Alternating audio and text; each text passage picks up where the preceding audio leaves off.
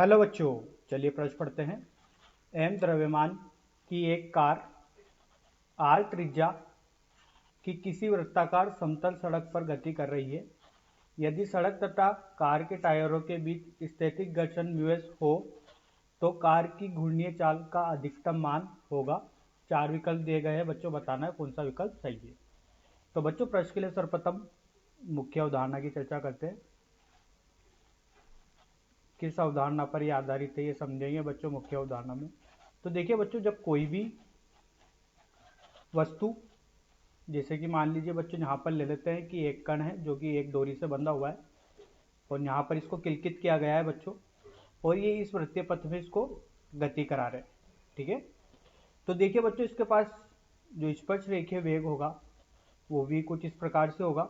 ठीक है, तो जब यहाँ पर बच्चों ये जब वृत्तीय एम द्रव्यमान का कण वृत्तीय पथ पर गति कर रहा होगा तो इस पर बाहर की ओर बच्चों एक बल लगेगा जिससे अपकेंद्रीय बल बोलते हैं। ये होता है mv का वर्ग बटे आर। आर बच्चों जहां पर इसको किलकित किया गया है वहां से द्रव्यमान की दूरी ये आर कहलाती है। अब देखिए बच्चों, ये बल है, ठीक है, तो इसको कोई ना कोई बल दूसरा है जो संतुलित कर रहा होगा, जिसकी वजह से बच्चों डोरी जो होगी वो अवितान्य होगी।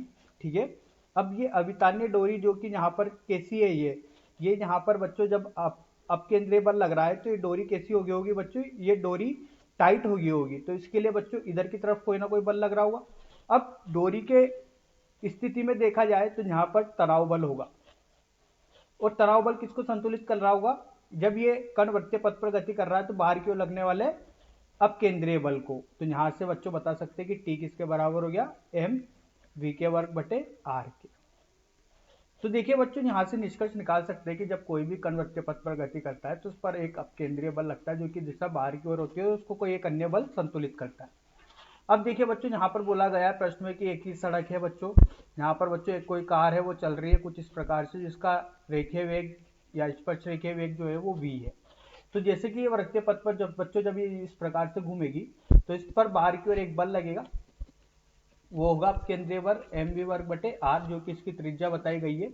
और बच्चों इस टायर और सड़क के बीच में एक घर्षण गुणांक है जो कि बताया गया है, स्थैतिक घर्षण म्यूएस बताया गया है। ठीक है, तो बच्चों ये जो बाहर की तरफ अपकेंद्रीय बल लग रहा है इसको संतुलित करने के लिए बच्चों इधर की तरफ एक केंद्र की तरफ एक स्थैतिक घर्षण बल लगेगा जो कि इसको क्या करेगा बच्चों, इधर टकराने से रोकेगा और इसको क्या करेगा बच्चों, एक स्थिति में इसको मुड़ाने की कोशिश करेगा।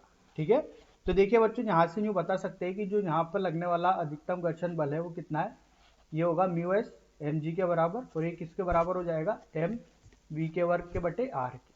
अब देखिए बच्चों, यहाँ पर जो वेग बताया गया है उसका मान कैसा होगा, ये अधिकतम मान होगा, तो वेग का अधिकतम मान ले लेते हैं। तो देखिए बच्चों, एम से एम कट गया तो v का अधिकतम मान निकल के आया बच्चों, हल करने पर देखिए वर्गमूल म्यू एस आर जी के, म्यू एस आर जी के।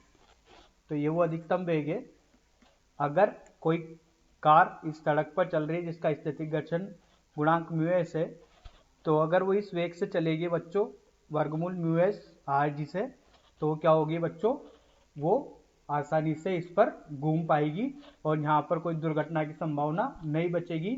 अगर इससे अधिक तक वेग हो गया तो बच्चों ये किधर की तरफ मुड़ेगी, ये इधर की तरफ मुड़ेगी, और इससे कम वेग हो गया तो बच्चों ये किधर की तरफ आएगी, इधर की तरफ आएगी। तो एक वेग की जरूरत होती है वृत्तीय पथ पर घुमाने के लिए, वो वेग कितना होता है, वर्गमूल म्यू एस आर जी। तो देखिए बच्चों, यहाँ से सही विकल्प देखते हैं तो चौथा विकल्प सही है। आशा करता हूँ आपको यह समझ में आया होगा। धन्यवाद।